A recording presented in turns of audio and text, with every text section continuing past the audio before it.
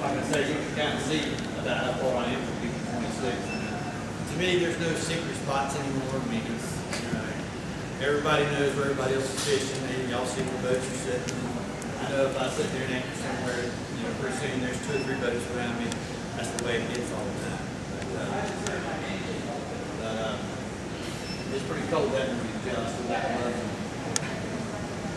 But one of the main things is, if you'll notice how I try to not set the hook on these fish. Whenever I see the end of that pole, and I explain a lot more here, when I see the end of that pole start vibrating, I want to get that jig head and that fiddler on the bottom. I want to get a tight line without picking it up off the bottom and get that fiddler to sit still. When the end of that pole just starts vibrating, matter of fact, all that will probably do, I don't know if y'all can tell if it's that light back there, but if you're holding it, all it's going to do is about like that. And it's going to do that about 5 or 6 times and then have your fiddler. It'll be gone. So about the second or third little tick you feel, not on the first one, the second or third tick you feel, what I like to do is hold my pole level and get there more room to raise up. You notice on this video. When it starts ticking like that, I'll pick him up. If I feel that weight move, then I'll come on up and get 1 turn on. Most of these reels nowadays, you get 1 turn, it's about 2.5 feet line. That pole's going to bend a lot anyway, as you can tell on these videos. That pole's going to bend, so you're not putting as much pressure on them as you would think you are, if I raise it up that high. So that's why I like to get that extra turn and get that line tight and get what I call the initial pressure on. When you do that, as you're raising him up and you feel him move and you come on up, he's going to close his boat, now it's going to go down. So he's going to set that hook. And that's the thing about getting the pressure on. You can also, if you feel that pole tick, tick, tick like that, start to raise him up. If he's not there, set it right back down. See if he'll start working on it again. If he doesn't, you're probably got to finish.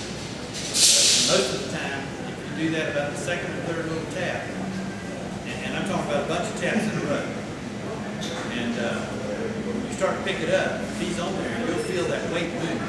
Now, if you start to pick it up and the pole just bends and it doesn't move at all, you're not on the ball. The harder you pull it, the less it's coming out. So you kind of give it some slack and kind of flip it. And using the jig heads I like to use, they've got them now here. I haven't had these kind. I always call them boxing glove. Some people call them football head. It's the way that weight is shaped. I use these in the creeks also for redfish fishing. And I use them for putting plastics on the trout fish and stuff like that. But if you get it hung up, don't pull it and bend that rod a lot and embed that hook in the rock or oyster. Generally, you get a little bit of slack and just flip it. And you pop it out. And that way you just come up, put another fiddler on and fish it. But you want to also, whenever you pop it out, you do want to bring it up and check to make sure you've got the fiddler still on there. But what I like to do is hold that fiddler. I don't know if y'all saw how I was holding that fiddler, and you'll see it again on here some more. I like to hold that fiddler with his belly toward me, come down with the hook in the middle of his side, not through his leg holes, but in the middle of his side. Go down to the bend of the hook, and then turn that fiddler where he's sitting at about a 45-degree angle off that hook. That way, when that hook, see it better. When you do that, and he's sitting off at an angle, and that hook is sitting on the bottom like this, that fiddler is sitting up like this. So when you start feeling that little tap, tap, tap, and you raise it up, that hook's going to come up the roof of his mouth. Now, one of the main things is, I try to preach to everybody, if you put too much pressure on them, you're going to lip hook a bunch of sheets out. Now, their lips are real tough if you get them in the right place. A lot of times, you'll see me on here, hook him and then you'll pull it off. You'll lip hook them, and if you have your drag set just right, then, where you can pull drag, you still get that fish in. I mean, we catch, I got a 60-pound test line on my bait casters, and we catch 175, 200-pound sharks, bull sharks, and jetties. I mean, you can still catch on a 12-pound test mono. You can still catch on a 12-pound sheephead. You just can't force him to cut it. But I like to use the 12-pound, and I like to use the Andy. I use the backcountry color. It's called backcountry because it's like almost disappears with the color of water we have. Now, Andy line for me is one of the best monofilaments because they have like, I don't know, I forget how many now. World regular contributor to their line. To me, it's so flexible. If you cast it out even, you don't have that little circle and that little loop in there like you do with strand and some of these other, lines. It's very limber, has no memory.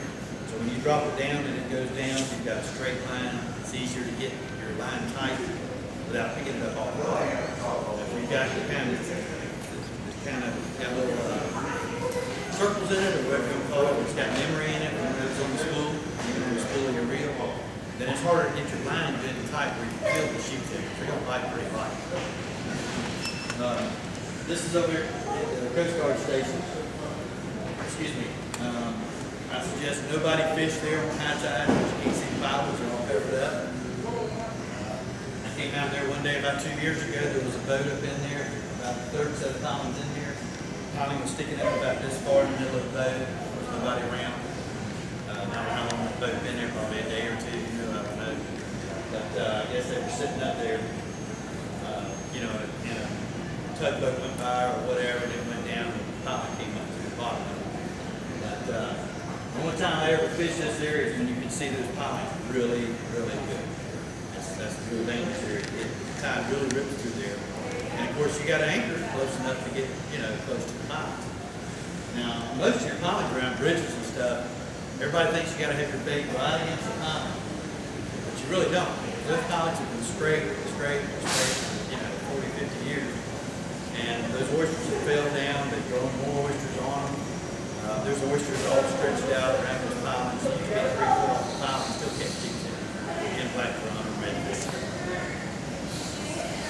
You don't recommend doing spray? Well, if you're scraping on a bridge bottom, that's okay.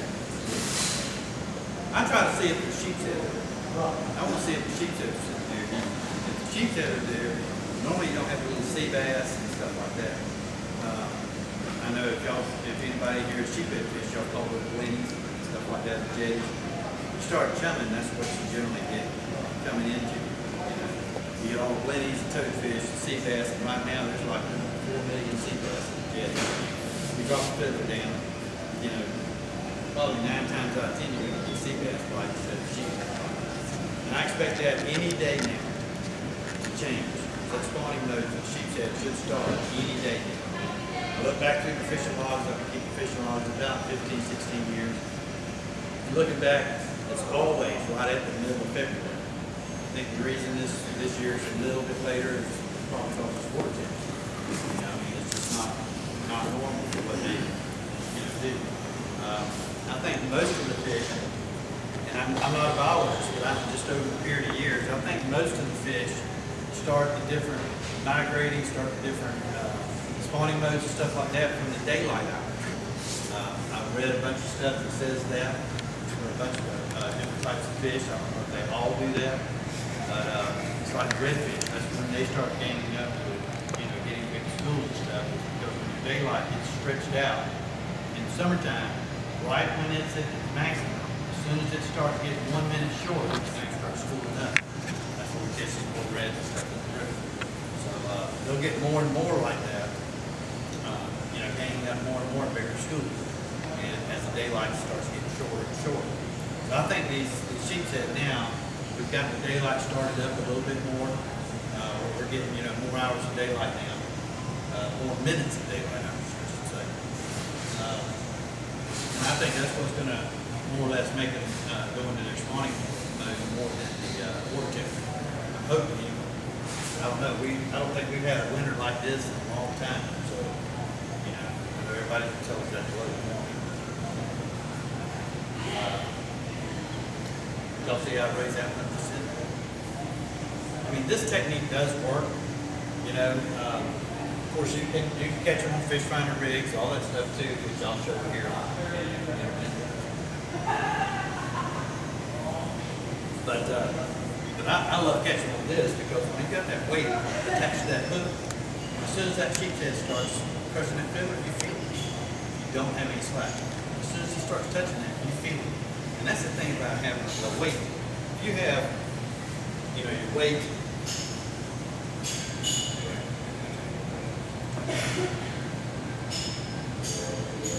a leader, like a regular fish finder rig, okay, say your weight's right here, whatever the current's going to do is going to hold that bait out away from that weight. So if he's coming up this way, and you start fighting on that fiddler, it causes any slack at all, you're not going to feel it. And that's what a lot of people do is, they say they don't even feel it, And I think that's the big problem right there, the reason they don't feel it. Now this is one of the rigs I use in the deep water spots I was talking about earlier. I use a weight slide so I can just change the bank sinkers. I don't use egg sinkers, I use bank sinkers. And I use these little weight slides to slide it down the line just like an egg sinker would, except this plastic line does not chew up your line like an egg sinker would. Also, when your tide slacks up, you unflip one, put a lighter weight on, drop it right back in. Touch your line and pre-tie and all that stuff.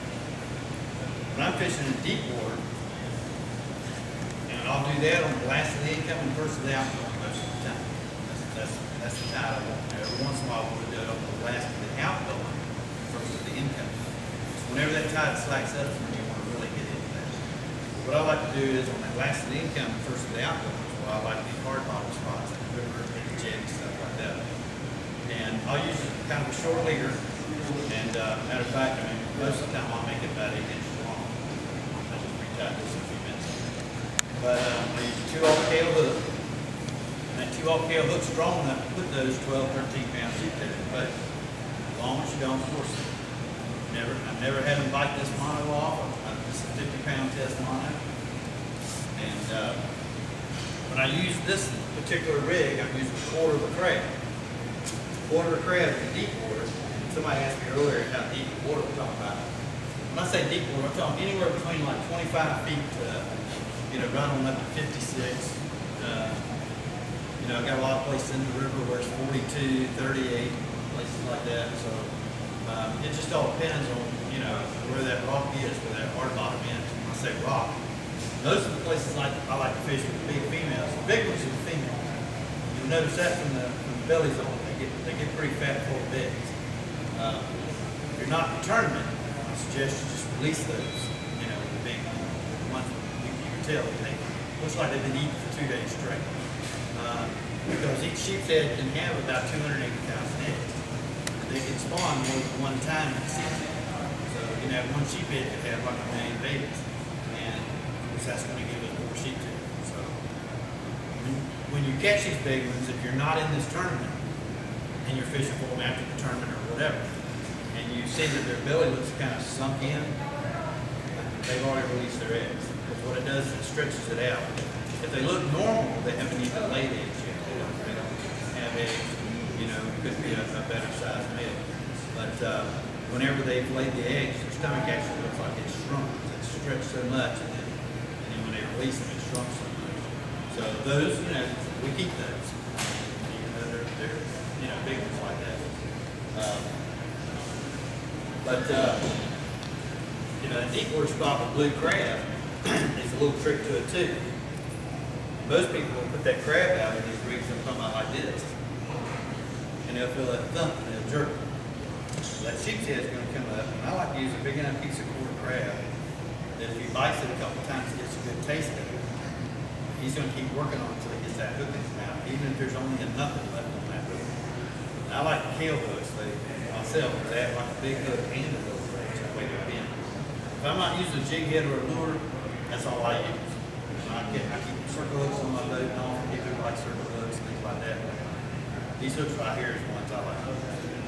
And you would think that that's a big hook for a sheep's head, especially compared to these little jigs that I'm usually using.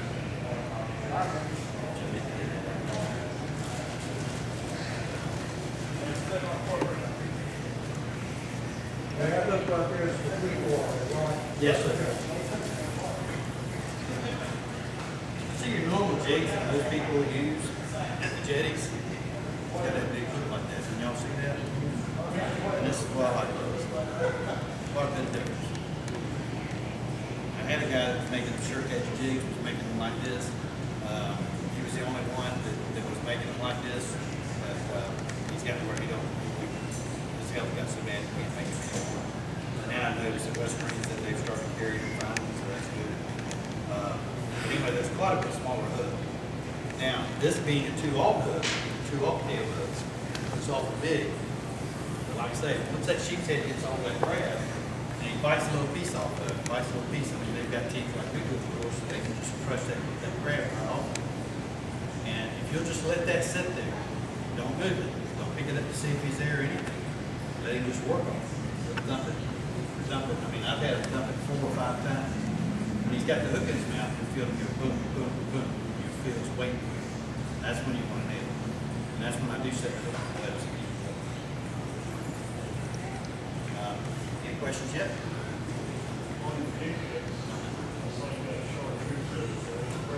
I paint him chartreuse, and I know there's no fiddler in the world. But what I do is I'll put them on there, and you'll notice the way I'm doing this. I mean, you'll watch I'm doing this. If I don't get it right within about 30 seconds to a minute, I'll pick it up about a foot and set it back. Just in case this is down in between oyster shells or something like that, I want that to come up, they notice it, and then they see fit. So, you know, that's what I do. I mean, I paint it myself like that. Just to get them, just to make them noticeable when you move. And I won't let it sit there a long time before I pick it up and set it back in. Because you never know if you're sitting, I mean, there's oyster shells sticking out, your jig head could be down in here, you know, you could be in a little 4-inch gap between those big rocks. Fish can't get to it, can't see it, whatever. So, I mean, you know, that's one of the reasons why I'll take it, pick it up, and set it back in. And I don't know if I do it here or not. Second, I think everybody did that for that day. And see, one of the things is, it was kind of rough there that day at the jetties. And what we did is we waited till that tide came down, and then those waves stopped coming over and through those rocks, and it smoothed out.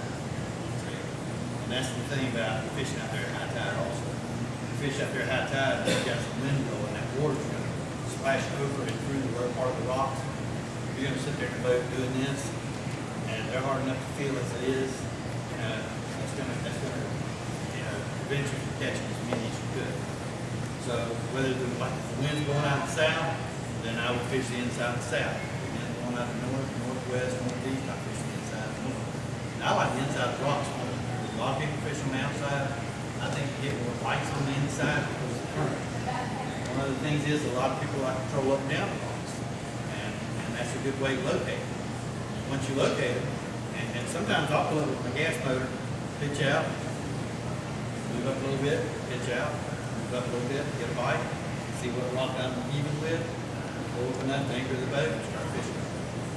Because usually, if you sit there, even if you sit in a place that you don't get a bite for a few minutes, once you start getting bites, those fiddlers are going to create a little scent trail out there in that one spot. Not only that, when we get all these sheep's heads, they start chumming each other up by smelling those fiddlers. They're going to come up there. They're going to also, start eating on barnacles and oysters. So you usually start getting more and more bites if you sit there in that one place. Now, you sit right there until you don't catch them. Then, if you don't get no bites, you've been catching them, and all of a sudden you don't get no bites for about 15, 20 minutes, you can move the boat 30 feet sometimes to get back on the boat. Sometimes you have to move 100 feet. You just got to find out where another group is. But I like anchoring. To me, when you anchor, you feel them so much better. If he's tapping on that thing like I was talking about a few minutes ago, he's tapping on that fiddler and you're going to pick it up and he's not there and you set it back in. If you're on a trolling motor, you're not going to get it up back to that same spot. Most of the time, you're going to have people pitching. They're going to stay out like right here, there's bags right there, and you're going to pitch up to the rocks. Well, if you've got any current at all, that fiddler's going to sit on that rock for a second, that current's going to pull the line, you're going to go to the next rock, you're going to go to the next rock, you're going to go to the next rock. When you start getting bites, you don't know where they're at. Whenever you anchor up and you feel that distance, you want to see like how the distance off of the rocks that they're usually hanging out at. You can catch them right here in this one spot, and then you can move up 30 feet and maybe further out from the rocks, maybe closer to the rocks, because the depth may change. Some of these rocks sit out further than the others. They're shallower than the others, and then all up and down that line. There's some places out there, especially on the inside of the north edge, more so than the south. There's a couple places where there's about 12 foot out from the row of those rocks, there's some rocks sitting out there, it's really bad, you're sitting on top of it. You'd be banging on that as that tide's going out and stuff, and start getting hot. But they're 10 or 12 feet out from the side of those rocks. So, now you want to kind of pitch in the same area, try to find that same distance off the rocks that they are. Try to fish that distance. Don't go way over the pin rocks. They're not going to be 2 feet ahead over here. You know, they're going to be, I say mostly they're going to be anywhere from about 6 to 16 feet. And I always try to get to about 8 to 12. 6 to 16 feet is where we seem to get most of the bites in. Now see how I'm hooking in there? Did y'all see that? I don't think he's up there. Okay.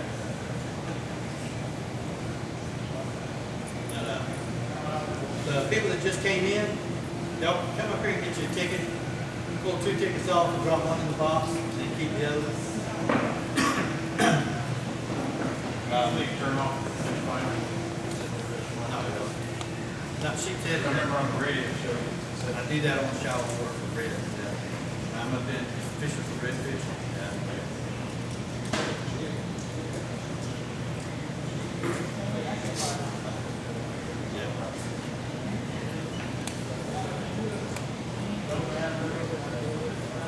Well, no, the jig actually, what I said a minute ago is using the jig. Put that weight in the jig, keep touching the fish. You got a leader on there.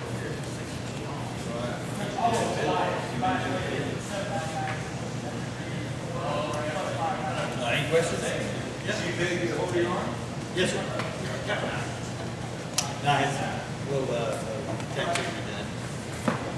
This guy. Oh, come on, where's the big fish and shark story or something? I had a crappy sheephead on there, and I've had him, man, he's fabulous. Yes, So sir. a leader when you're using the jig, or you kind of right to your main line? Sorry? When you're using the jig, do you use a leader? No, sir. Kind of straight to the The only time I use a leader is whenever I use this sort of like a fish finder rig I was talking about here. That's the only time I use a leader. When I'm fishing for redfish up in the creeks, I got 15-pound test on spider wire still, and I try to jig it straight to that. We call fish to pull rivers and specialty lines and all that stuff. When that fish is feeding, he's going to eat it. I don't care if it's a braided line, a mono line, or a carp. He's feeding. I'm kind of old school. I've been fishing out here 50-something years now, same age, 59. So I've been fishing here since I was about 5 years old. Yes, sir. Obviously, you're professional, so you have your spots at the jetties, but with the Hummingbird series where you're using the side imaging, is there anything that can help you to look for on that? There is something that can help you. There's some holes out there in those rocks that are big enough that people can crawl through. I mean, when they set these rocks down like that, I mean, they didn't actually fit them all together. There's some pretty good sized holes there, especially on the south rocks. You can see it. One of the good plays at spotting those holes under the rocks is if you go out there. A lot of people don't want to go out there with the winds blowing. If you go out there and you got a southeast breeze and incoming tide, you can spot those holes. And what happens is when the swell comes up and hits the outside of the jetty rocks, the outside of the south jetty rocks, on the inside you'll see this real green water just boil up from down below. Well, that's a hole. That water, and that real green water just boils up in there. Look at the rock where it's at, right here where it's at, mark that. If it's about 10 or 12 feet off the rocks, then it's about 15 to 18 feet down where that hole is. These sheephead will use those holes to go back and forth on the inside and the outside of those jetties. They'll also use those holes whenever the current's running real hard and they want to get out of that. You know, sheephead will eat several ways. I mean, they'll eat straight on the side of a rock. They'll get on top and do like this and eat on the rock. They're just almost like a parrotfish, you know, as far as their teeth go. In creeks, on oyster beds in the summertime, and everybody says you can't catch any sheephead at jetties, usually about the second week of June, all the way through July, you go up in there and you've got like over a 5.1 high tide in the creeks. It's 5.3, 5.4. Those sheephead are going to tail on those oyster beds, and they'll just wave their tail at you, let you know right where they're at. You see them sticking out of the hole. And they'll sit right on and just straight up and down. They'll do the same thing. Yes, sir. Yes, sir. And they'll do the same thing in jetty locks. If you've got like a -0.8 tide, you know, where you're gonna have extreme low tide, you usually have a higher, when you have extreme low tide, then you have a higher than normal high tide. If you do that, then you're gonna have a lot more water coming in and out of that river in the same 6 hours or 20 minutes. They're not gonna stand on their head as easy, you know, with that current. So what they're gonna do is they're gonna get on the backside of the rocks. Now, when I say the backside, they're not gonna sit with their tail into that current and try to back up while they're feeding on the rock either. You know, they've got to get around to the backside of the rocks. So whenever you're fishing in an area like this at the jetties, and you drop down and you get the feel of where you're at. That's the other good thing about being anchored instead of the trolling mode. If you sit there and feel where you're at, and then you lift your line up, move it over, and all of a sudden it's 3 foot deeper, that's where you're gonna fish. Because that's behind a taller rock. And if you have a strong current, that's where those fish are going to be. They're not going to be on top of that rock. They're not going to be on the current side of that rock. Because they can't sit there and keep backing up while they're trying to feed. You know, that current hit them straight to the tail.